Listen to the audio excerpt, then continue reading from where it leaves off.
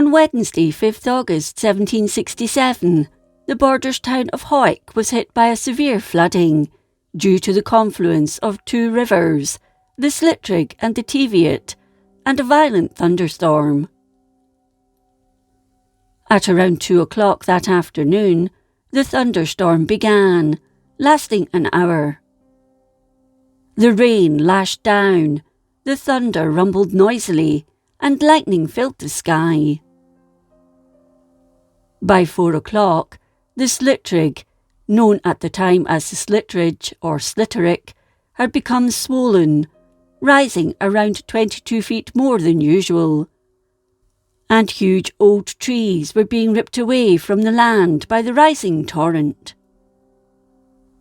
As it made its way along, 2 houses were swept away below the house of Alexander Bunsey on the east side and Mr. Ingall's house on the west, carrying furniture, joists, wool and trees over Drumlanrig's tower walls, which ended up in Tower Close. The Slitrig Bridge, dating from around the 13th century and the only major bridge in the town, wasn't big enough to allow the water through its 2 arches, and soon the 3 houses belonging to George Deans and Son were carried downstream. The flood made its way so quickly to between the bridge and the house of John Catesy that Gideon Grieve, son of Walter Grieve, and Walter Waugh, son of Thomas Waugh, were swept off their feet when trying to pass from the end of the bridge where they were standing.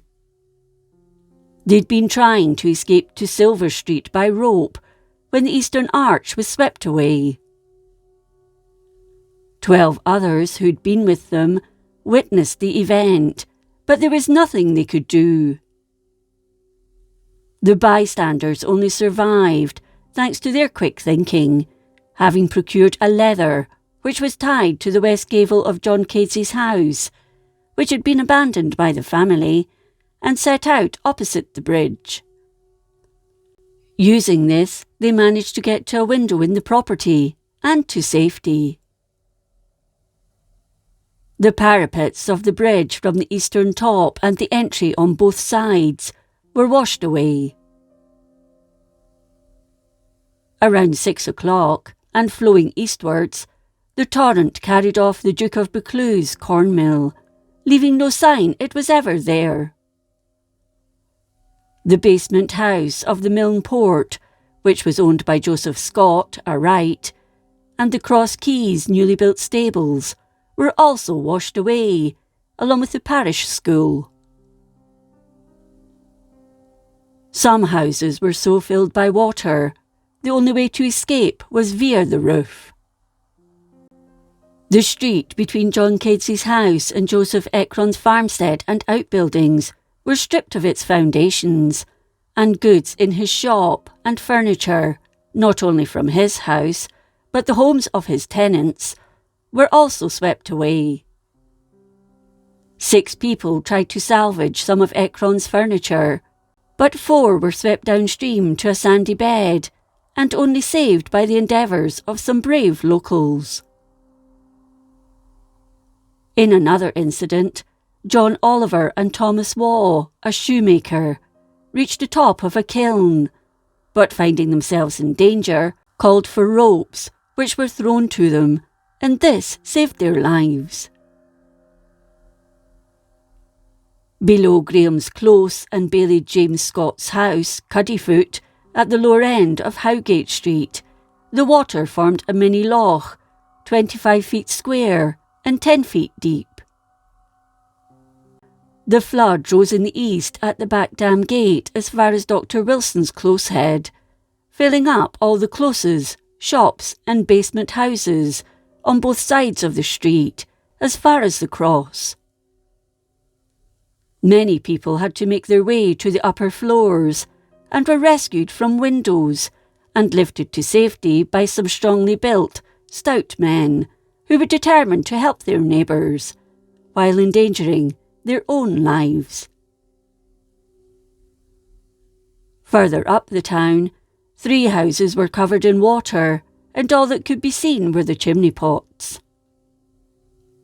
What made this scene more noticeable were the packs of wolves swirling round them. Part of the town's tower was also damaged and undermined as the torrent swept away its foundations. George Halliburton's house was badly damaged, and the aqueduct to the mill was carried away. The old Milnport Tower, probably the Lieutenant's Tower or Peel Tower, dating from 1656, stood close to the banks of the Teviot. It was undermined and washed away, with many other houses nearby on both sides of the river, damaged by the water. At the height of the flood, when all the houses were deserted, a servant who worked for a merchant in Hawick remembered that her employer had £300 worth of gold in the house, which was now surrounded by water. With her master being away at the time, she decided to go and ask for help from neighbours to help her remove it, but no one could be found, so the girl decided to get it herself. After she retrieved it, she left the house, but was swept downstream, and there was no one who could rescue her. As luck would have it, though, she was stopped by the water on the shore on a green a little below the town. When found, barely alive, she was still grasping the money. The Reverend James Lorry joined a huge crowd of onlookers who could do nothing in the face of the flood, and a most fervent, suitable and pathetic prayer was said as they congregated in the local kirk. By this time the water had considerably diminished. However, cattle, sheep and corn had all been swept away. Part of the surface of the hill where the storm centred for a time fell into the river. Around 15 families lost everything apart from the clothes on their backs, and during his Sunday sermon, Lorry was so moved he teared up and had to stop on occasion from delivering it until he recovered his composure. In all, the losses amounted to £4,000, while James Ekron's losses amounted to £1,000. In some of the neighbouring parishes, collections were set up for those worse affected by the flood. Although the Teviot wasn't swollen, it was a foot above the pillars of the 1743 Teviot Bridge due to stagnation which stretched as far back as the Cald back, where trees had been carried up by the floodwater. During the flood, most of the town's trade records were also washed away. On 29th June 1846, Hawick once more was hit by a disastrous flood, nearly as bad as the 1767 one, but this time less damage was done to the town.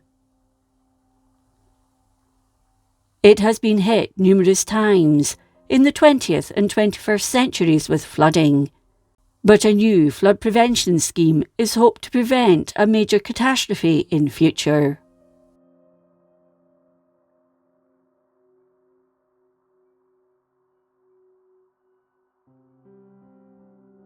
If you enjoyed this episode of Scotland's History, please like, comment and subscribe.